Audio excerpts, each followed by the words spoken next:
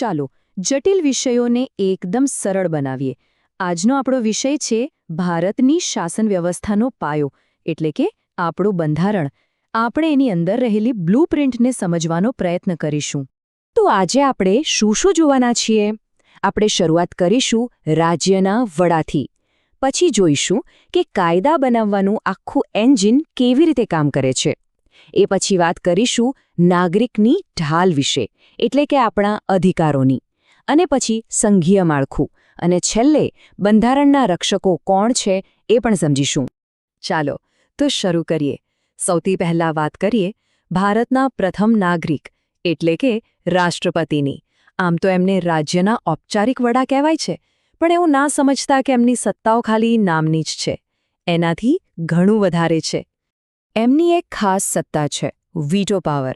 આ શું છે? સીધા શબ્દોમાં કહીએ તો સંસદે ભલે કોઈ કાયદો પાસ કર્યો હોય, પણ રાષ્ટ્રપતિ એને રોકી શકે છે. અને હા, આ માત્ર કાગળ પરની સત્તા નથી.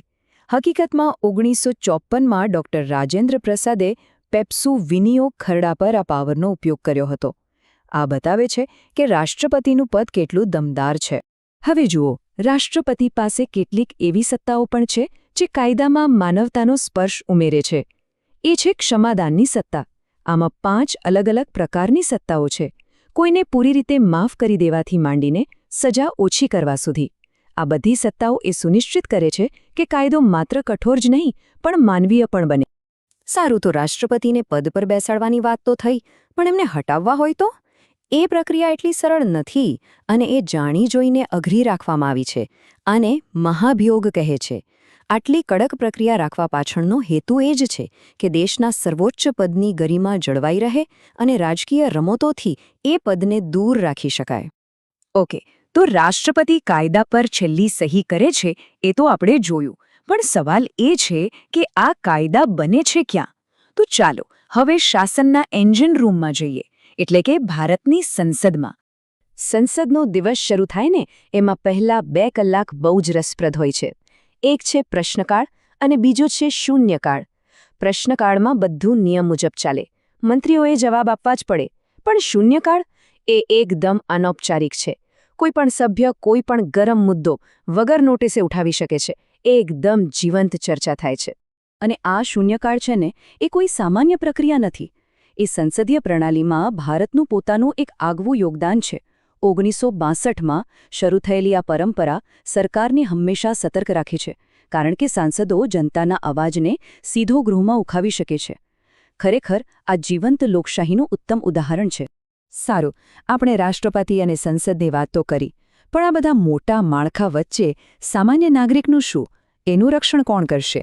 આનો જવાબ બંધારણના હૃદયમાં છુપાયેલો છે, અને એ છે આપણા મૂળભૂત અધિકારો. તમને જાણીને નવાઈ લાગશે કે જ્યારે બંધારણ બન્યું ત્યારે આપણને 7 મૂળભૂત અધિકારો મળ્યા હતા, દરેક નાગરિક માટે એક મજબૂત રક્ષણાત્મક કવચ. પણ આજે એ 7માંથી 6 જ રહ્યા છે. જે 7મો અધિકાર હતો, સંપત્તિનો અધિકાર, એને પછીથી મૂળભૂત અધિકારોની યાદીમાંથી હટાવી દેવામાં આવ્યો. આ પાછળનું કારણ એ હતું કે જમીન સુધારણા જેવા સામાજિક ન્યાયના કામોમાં એ અડચણરૂપ બનતો હતો. આ 6 અધિકારોમાં અનુચ્છેદ 19 તો જાણે વ્યક્તિગત આઝાદીનો આધારસ્તંભ છે. વિચાર કરો, બોલવાની અને અભિવ્યક્તિની આઝાદી, શાંતિથી ભેગા થવાની આઝાદી, આખા દેશમાં ગમે ત્યાં હરવા ફરવાની અને વસવાની આઝાદી, અને પોતાનો મનપસંદ વ્યવસાય કરવાની આઝાદી. આ બધું જ તો એક જીવંત લોકશાહીને ધબકતી રાખે છે. હવે સમાનતાના સિદ્ધાંતને જુઓ. બંધારણ કેટલું દૂરંદેશી છે. એક તરફ તો કહે છે કે ધર્મ, જાતિ, લિંગ કે જન્મસ્થાનના આધારે કોઈ ભેદભાવ નહીં થાય, પણ સાથે સાથે એ રાજ્યને એ શક્તિ પણ આપે છે કે જે સમુદાયો પાછળ રહી ગયા છે, જેમ કે મહિલાઓ, બાળકો કે પછાત વર્ગો, એમના માટે ખાસ જોગવાઈઓ કરી શકાય. અને કહેવાય સાચી સમાનતા. ભારત એટલે વિવિધતામાં એકતા. આપણું બંધારણ પણ આ જ વાતને સમજે છે. એટલે જે શાસનનું માળખું કેન્દ્રમાં છે, લગભગ એવું જ માળખું દરેક રાજ્યમાં પણ છે. આને જ તો સંઘીય માળખું કહેવાય છે. જેમ કેન્દ્રમાં રાષ્ટ્રપતિ છે, એમ દરેક રાજ્યમાં રાજ્યપાલ હોય છે. કહી શકાય કે એ રાષ્ટ્રપતિનું જ પ્રતિબિંબ છે. રાજ્યના બંધારણીય વડા તરીકે એમની પાસે પણ ખરડાને મંજૂરી આપવાની કે ક્ષમાદાન જેવી સત્તાઓ હોય છે. પણ રાજ્યની અસલી તાકાત કોના હાથમાં હોય છે? એ હોય છે લોકો દ્વારા ચૂંટાયેલા મુખ્યમંત્રી અને તેમના મંત્રીમંડળના હાથમાં. જેમ કેન્દ્રમાં વડાપ્રધાન, એમ રાજ્યમાં મુખ્યમંત્રી. અને તેઓ સીધા રાજ્યની વિધાનસભાને જવાબદાર હોય છે. આજ તો લોકશાહી છે. હવે આટલી મોટી અને જટિલ વ્યવસ્થા બનાવી તો દીધી, પણ એ બરાબર ચાલે છે કે નહીં એ કોણ જોશે? સત્તાનો દુરુપયોગ કે ભ્રષ્ટાચારને કોણ રોકશે? આના માટે પણ બંધારણમાં વ્યવસ્થા છે. બંધારણે કેટલાક શક્તિશાળી અને સ્વતંત્ર ચોકીદારો બનાવ્યા છે. આમાંના એક છે કમ્પ્ટ્રોલર અને ઓડિટર જનરલ, એટલે કે CAG. એમનું કામ શું? સરકાર જે પણ ખર્ચ કરે છે એના પર નજર રાખવાનું. ટૂંકમાં આપણા ટેક્સના પૈસા યોગ્ય રીતે વપરાય છે કે નહીં એ જોવાની જવાબદારી એમની છે. એટલે જ એમને જાહેર તિજોરીના રખેવાળ પણ કહેવાય છે. એમના રિપોર્ટથી મોટા મોટા કૌભાંડો બહાર આવ્યા છે. હવે CAG તો પોતાનો રિપોર્ટ બનાવી દે, પણ એની ચકાસણી કોણ કરે? એના માટે છે જાહેર હિસાબ સમિતિ, એટલે કે PAC. અને એની રચના બહુ રસપ્રદ છે. એમાં લોકસભાના સભ્યો વધારે હોય છે અને રાજ્યસભાના ઓછા.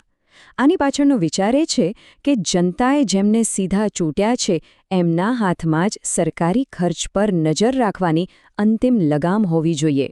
તો આપણે જોયું કે ભારતનું બંધારણ માત્ર કાયદા કાનૂનની કિતાબ નથી. એ તો સત્તાનું સંતુલન જાળવવા અને નાગરિકોના અધિકારોનું રક્ષણ કરવા માટેની એક જીવંત બ્લુપ્રિન્ટ છે.